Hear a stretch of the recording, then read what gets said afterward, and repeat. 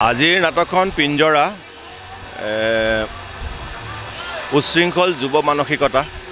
তাৰ ওপৰত কৰা হৈছে মানে ধৰা আজিকালি প্ৰায় আমি দেখোঁ শুনো বা পঢ়োঁ যে কাপলবিলাক যে ল'ৰা ছোৱালী এহাল ক'ৰবাত পাৰ্কত ফুৰিবলৈ যায় বা ক'ৰবাত নিৰিবিলি ঠাইত ফুৰিবলৈ যায় যাওঁতে যে এচাম ড্ৰাগছ লোৱা ল'ৰা এনেকৈ আহি হঠাৎ সিহঁতৰ ওপৰত জঁপিয়াই পৰে ৰেপ কৰে বা মাৰ্ডাৰ কৰি দিয়ে খন্তেকীয়া সুখৰ বাবে কামটো কৰে 15 মিনিট 20 মিনিটৰ কাৰণে কিন্তু তাৰ ফলত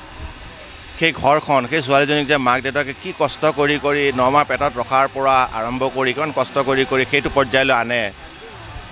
গাভৰু হয় বা সেই ল'ৰাটো এই উচ্ছৃংখল যুৱকবিলাকে খন্তেকতে বস্তুটো মানে মুখিমূৰ কৰি পেলায় সেই ট্ৰেজেডিটো দেখুওৱা হৈছে নাটকখনত তাৰোপৰি এই কিছুমান এনেকুৱা কেছত পুলিচো মানে পেক থাকে মানে অপৰাধীক ধৰিব নোৱাৰে অপৰাধীক ঘূৰি ফুৰে আকৌ অপৰাধ কৰে সেইকাৰণে অপৰাধ প্ৰৱণতাটো লাহে লাহে বাঢ়ি গৈ আছে কিয়নো সিহঁতে জানে যে সুৰুঙা থাকে আমি ওলাই আহিব পাৰিম যদি এনেকুৱা ধৰণৰ দৃষ্টান্তমূলক শাস্তি দিয়ে তেতিয়া ভৱিষ্যতে তেনেকুৱা কাম আৰু সিহঁতে নকৰে কিন্তু পুলিচেই পেক থাকে সকলো পুলিচ নহয় কিছুমান পুলিচ তেনেকৈ পেক থাকে পইচা খাই পেলাই সিহঁতক মানে প্ৰমাণবোৰ নাইকিয়া কৰি দিয়ে সেইটোৰ ওপৰত কৰা হৈছে ইয়াতে পুলিচৰ দুটা শ্ৰেণী দেখুওৱা হৈছে ভাল পুলিচ আৰু বেয়া পুলিচ আৰু পিঞ্জৰা মানে হৈছে আমাৰ যে চৰাইবোৰ পিঞ্জৰাত আবদ্ধ হৈ থাকে তেনেকৈ আমি চৰিত্ৰবোৰ কিছুমান পিঞ্জৰাত আবদ্ধ হৈ থাকোঁ বিয়া কৰোৱাৰ পিছত এটা পিঞ্জৰাত আমি সোমাই যাওঁ নহয় জানো ল'ৰা ছোৱালী ডাঙৰ কৰিব লাগে হেৰি কৰিব লাগে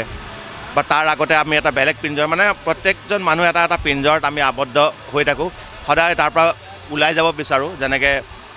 চৰাইবিলাক ওলাই যাব বিচাৰে আমিও ওলাই যাব বিচাৰোঁ কিন্তু আমি সদায় বেলেগ বেলেগ ধৰণৰ পিঞ্জৰাত আবদ্ধ হৈ গৈ থাকোঁ সেই ধৰণৰ ওপৰতে বস্তুটো কৰা হৈছে নাটকখনৰ নাম হৈছে মৃদুল চিতাদেৱৰ ৰচনীয় আৰু পৰিচালিত পিঞ্জৰা নাট দৰ্শকে খুব আঁকোৱালি লৈছে গণেশগুৰিত নহয় যিকেইখন ঠাইত কৰি আহিছোঁ আটাইকেইখন জেগাতে নাটক খুব ধুনীয়াকৈ আঁকোৱালি লৈছে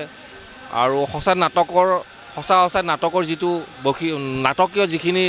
উপাদান বা নাটক বুলি যিটো কোৱা যায় তেনেকুৱা নাটকৰ গোটেইখিনি এইখন নাটকত বিচাৰি পাইছে দৰ্শকে এটা নতুন সোৱাদ পাইছে আৰু আগন্তুক দিনত কোহিনুৰৰ থিয়েটাৰৰ জৰিয়তে দৰ্শকৰ বাবে নাটকীয় গুণেৰে পৰিপূৰ্ণ নাটকেই দেখা পাব আৰু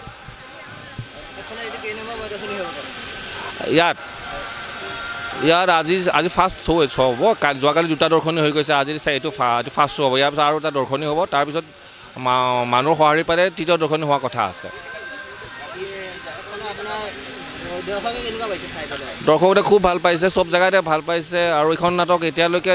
চৰ্চাত আছে আৰু যে এখন খুব ভাল নাটক বহু দিনৰ মূৰত চাইছোঁ বুলি আৰু তেনেকৈ দৰ্শকো পাই আছোঁ আৰু গণেশগুৰিতো আজি মানুহ বেয়া হোৱা নাই মানুহ ভালেই হৈছে ভাল নাটক এখন চাব ওলাইছে ভাল লাগিছে